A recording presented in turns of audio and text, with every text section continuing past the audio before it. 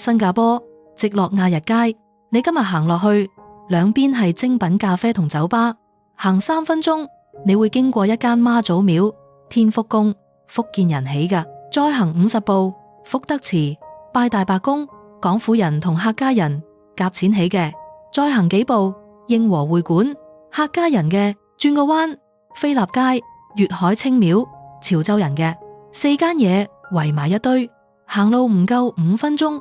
但我同你講，170年前喺呢度落腳嘅人，有一世都冇行入過隔籬嗰間。仲有一樣嘢，你估唔到，你而家企緊嘅呢塊地，200年前係海，條海岸線就係呢條街，填咗海，海冇咗，條街仲喺度，條街都一樣。你睇唔到，唔代表佢冇發生過。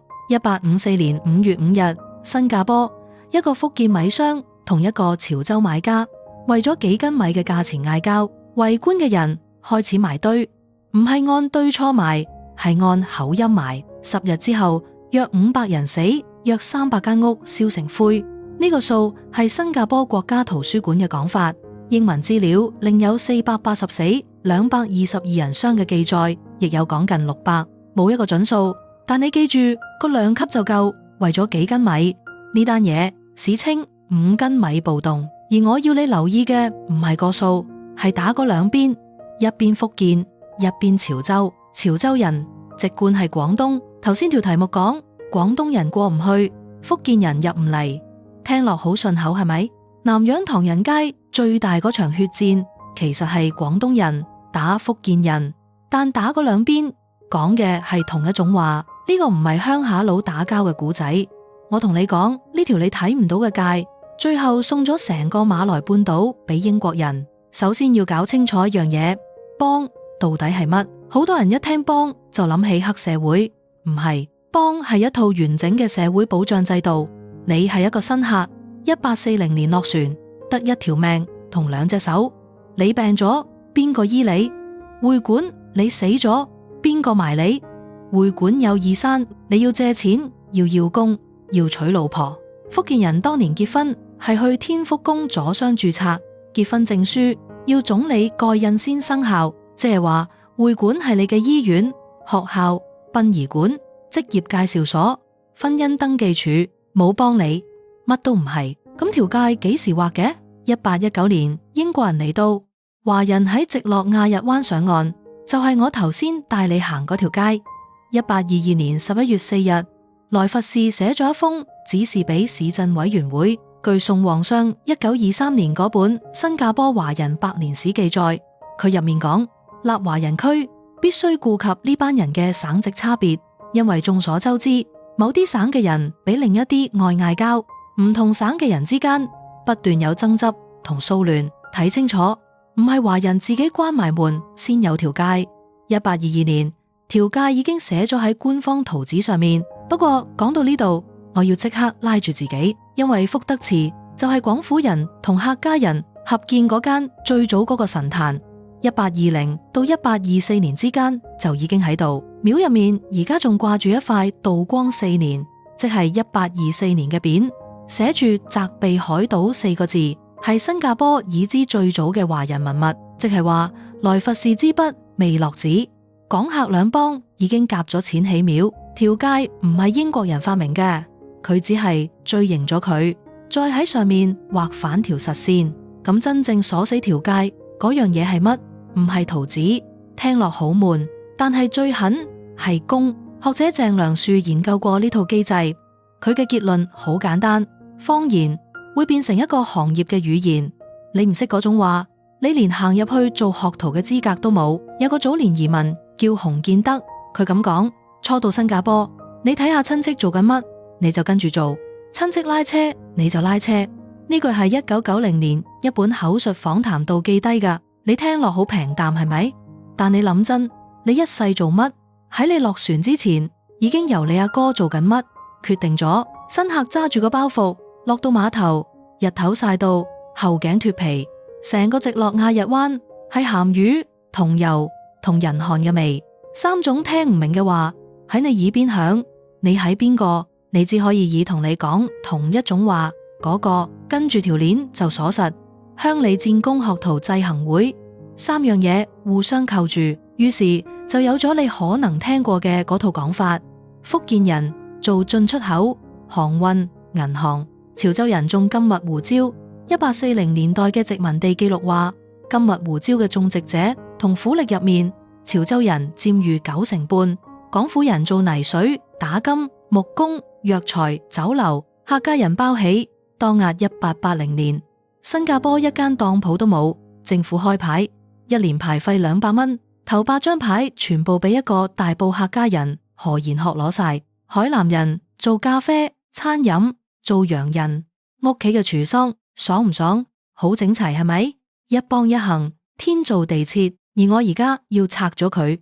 社會學家麥流芳1995年講得好白，一個方言幫獨佔一個行業，呢種情況從來冇存在過，只可以當係一個迷思。即係話你頭先信咗嗰套係後人整齊咗嘅版本，真實係有傾向冇鐵律，每一行入面都有其他幫嘅人，只不過佢哋做得辛苦啲、少啲、冇聲出，呢個先係條界最陰質嘅地方。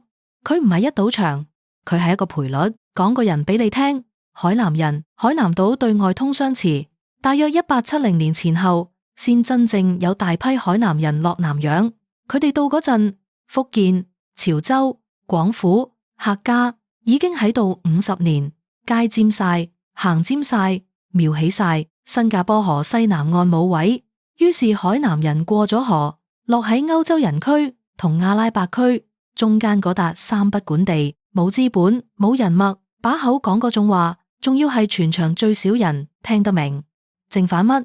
正反人哋唔要嘅嘢，煮飯、斟酒、抹台，做洋人屋企嘅工人。結果呢，一個海南酒保喺來佛士酒店調咗杯嘢出嚟，叫新加坡司令，海南雞飯、海南咖啡。今日全世界都食緊，呢個係唔係勵志故事？係，但你唔好聽完就散水。佢哋唔係選擇咗餐飲，佢哋係只剩返餐飲。更殘酷嘅係精神嗰層。1876年，後來做咗新加坡首任華文護衛師嘅畢其倫喺一本英國雜誌度寫，海峽殖民地嘅廣府人同客家人，大多數係礦工同手藝人。一句話釘死咗2代人，唔可以入嗰行，唔可以住嗰條街，唔可以娶嗰邊嘅女，唔可以拜嗰間廟。你去到，人哋會問你係邊度人？而家講返廣府人，1881年新加坡廣府人14853個，第3大幫。學者鄭林開甚至認為1891到1947年之間，廣府人其實係第2大。1947年之後先俾潮州反超，人多，但係得個人多，做嘅係細本手藝、泥水、木工、打金，冇船、冇行、冇資本。當年殖民地嘅統計官同報紙仲一路把牛車水同風月生意掛鈎。我講明呢個係當年官方同報章嘅講法，係一種帶住偏見嘅評價，唔係全貌。但你睇到個邏輯未？唔係廣府人蠢，係佢哋入唔到嗰幾行，而嗰幾行先係賺錢嗰幾行。反嗰幾斤米，北橋路約3000人攞住矛同棍，鋪頭俾人砸，貨俾人搶。警察同軍隊鎮得住街，鎮唔住鄉下。丹戎、巴葛、巴耶利昌、武吉芝馬、元果燒咗一片，總督調咗石克兵同馬來兵入去，先至壓得住。新加坡國家圖書館講得好謹慎，有講法話係秘密會社煽動嘅，但介入到幾深，其實不確定。10日約500人，而家我要還翻頭先嗰筆數，你有冇發覺個問題？打嗰兩邊。福建幫同潮州幫，潮州人籍貫係廣東，而潮州話係閩南語嘅分支，即係話呢2班人喺唐山係鄰居，把口講嘅係親兄弟。話喺新加坡自相殘殺10日，而1851年更早嗰場死咗近500個華人，燒咗至少27個元濤。嗰次打嗰班係乜人？係自己會社入面走咗去信天主教嗰班，同省籍冇關係，同鄉音冇關係。條街從來只跟住一樣嘢行，邊個揸住條水、條街、個飯碗。幫根本唔係一個族群，佢係一間公司。你以為得新加坡咁？1861年7月，馬來半島霹靂州拉律，兩班華人礦工為咗一條水道嗌交，打咗4場。1861年，英國人要拉律嘅馬來首領賠俾義興17,447蚊。1871年，義興由中國經檳城運入4000個打手，1萬個海山人逃返檳城避難。到1870年前後，拉律一帶有4萬幾個礦工，呢啲人打到成個州停晒工，石出唔到，檳城嘅生意佬先急。結果1874年1月20日，英國海峽殖民地總督喺一艘叫 Pluto 嘅船上，同霹靂嘅皇族簽咗邦羅條約。英國參政司入駐，跟住呢套制度一路鋪開，鋪到成個馬來半島。拉律改咗個名叫太平。我同你講，華人自己揸住把刀打生打死，最後嗰刀落嘅位係自己個國。仲有一件更荒謬嘅事，義興同海山究竟係邊幫打邊幫？有講法話係廣府對客家，亦有講法話兩邊根本都係客家，只不過一邊5縣，一邊4縣。仲有資料索性寫4萬名客家同廣府礦工，連今日嘅史家都夾唔埋。而呢件事本身就係答案。如果幫真係一個清清楚楚嘅族群，佢哋點會認唔出？就係因為佢從來都唔係，佢係一間公司，招牌上寫咩？睇嗰年邊個揸數。講到呢度好黑，但喺呢片黑入面有幾盞燈，好唔起眼。1849年，天福宮隔籬起咗一座塔仔，叫崇文閣。新加坡第一間華文學塾，牽頭嗰個係福建囡囡陳金星，但錢唔係福建人一家出，係各個方言幫夾嘅，即係話一班平時唔行入對方間廟嘅人喺同一張捐簿上面簽咗名，因為佢哋都想自己個仔識字。仲有更抵諗嘅，天福宮係福建幫出錢起嘅，1839年動工，1842年落成。城廟嘅石柱棟樑由泉州運過嚟，但屋頂嗰啲剪黏就係嗰啲彩色瓷片砌嘅龍同花，係請潮州師傅落手嘅。福建人出錢，潮州人做嘢。10幾年後，兩幫為咗5斤米打到血流成河。而1854年就係血案嗰年，福德祠重修，碑上面刻住廣府同客家兩幫嘅名。同一年同一條街，一邊殺緊人，一邊夾緊錢起廟。嗰塊1824年嘅匾仲掛喺度，4個字：責備海島。刻嗰陣，佢哋邊知呢座島之後會流幾多血，條街幾時開始裂。1937年8月15日，新加坡118個僑團坐咗埋一齊，成立籌賑會。1938年10月10日，南洋華僑籌賑祖國難民總會喺新加坡成立，168名代表，主席陳嘉庚，福建同安人，2個副主席，一個印尼，一個菲律賓。大會宣言入面有一句，我讀俾你聽：前方炮火之一日不能止，則後方之衣縮一日不能停。100年嚟第一次5幫坐同一張台，但我要問一句好難聽嘅嘢。要幾大件事先至逼到佢哋坐低？答案係1942年2月，日軍入城搞大檢證，日文叫肅清，全島18到50歲嘅華人男性全部去28個篩查中心排隊。日本憲兵望你一眼，問你一句，決定你死定生。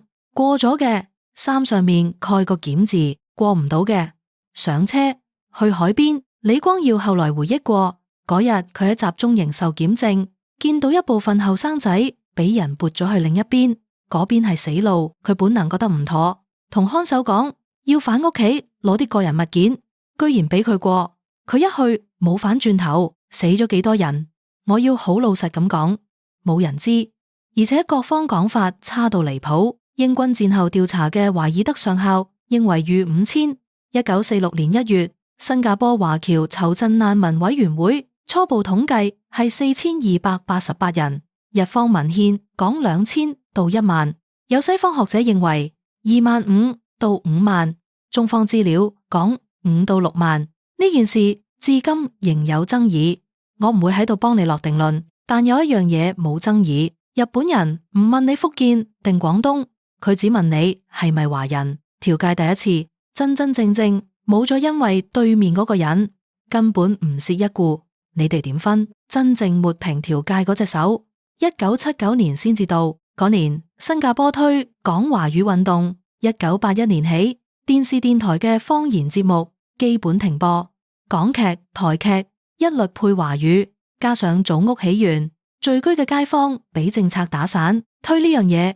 嗰個人李光耀，佢係客家人，祖籍廣東大埔，即係話抹走200年幫界嗰個，自己就係嗰條界上人數最少嘅其中一幫出身。而佢用嚟統一大家嘅嗰種話，華語、北方官話、福建、潮州、廣府、客家、海南5大幫，冇一幫係講呢種話嘅。呢件事點睇？兩邊講法我擺晒出嚟。有人話，直呢係國族建構必要之舉，幫界打咗150年都打唔散，一代人就切平咗，從此新加坡人係新加坡人。亦有人話，代價係幾代人失去咗自己嘅母語。李光耀自己1979年就講過，大意係新加坡華人有12種方言咁多，細路喺屋企講方言，返學要學英華雙語，負擔太重，所以要放棄一樣，放棄咗嘅嗰樣就係你阿嫲把聲。有統計指，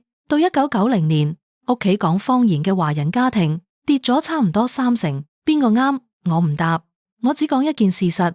條界同條界兩邊嘅嘢係一齊冇咗嘅。而家我要帶你翻嚟香港北角春秧街，電車叮叮咁擠過菜檔中間嗰條街。春秧2個字唔關插秧事，係一個人個名，郭春秧，福建同安人。10幾歲落爪哇，投靠叔父，喺糖廠做學徒起家，做到南洋4大糖商之一。1921年，佢喺北角發電廠隔籬投得一幅75000尺地，本來想填海起糖廠，點知遇正省港大罷工，工程一拖再拖，糖價又插水，佢唯有轉做地產，起咗一排40間相連樓房，老一輩叫40間，後來陸續開咗300間鋪。政府1933年就用佢個名命名咗春秧街。1935年佢病逝台北，公司散晒，3個仔爭產，個王國冇埋，剩返條街。而條街之後變成乜？小福建。你聽住，南洋嗰條街唔係留咗喺南洋，佢跟住船返咗嚟，用一個福建人嘅名喺香港做咗一條街。香港自己都有條街，開埠嗰陣嘅幫會和字頭收嘅係3邑、4邑、圍頭、客家，福義興收嘅係福建、學佬、潮州。只不過香港廣府人係大多數，條街喺你腳下，你踩住都唔知。由1819到今日200年，嗰3間廟仲喺度，相隔仲係唔夠200米。咁幫係一堵圍牆咩？係，佢鎖死你一世，做乜住邊娶邊個？咁幫係一間屋咩？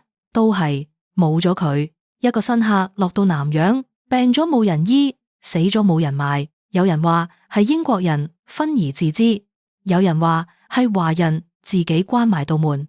歷史從來都唔係非黑即白。我頭先講過，你今日企喺直落亞日街，腳下係填出嚟嘅地，海冇咗，但條海岸線仲喺度，就係嗰條街，條街都一樣。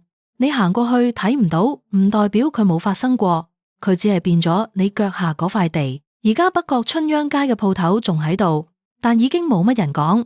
福建話直落亞日街嘅廟仲喺度，但已經冇乜人識拜。所以我想問你一句，條街係真係冇咗，定係連條街兩邊嘅嘢都一齊冇埋咗？你屋企族譜有冇過返南洋嗰位祖先？佢係邊一幫？你仲識唔識分福建話同潮州話？評論區講俾我聽，我哋下次再講。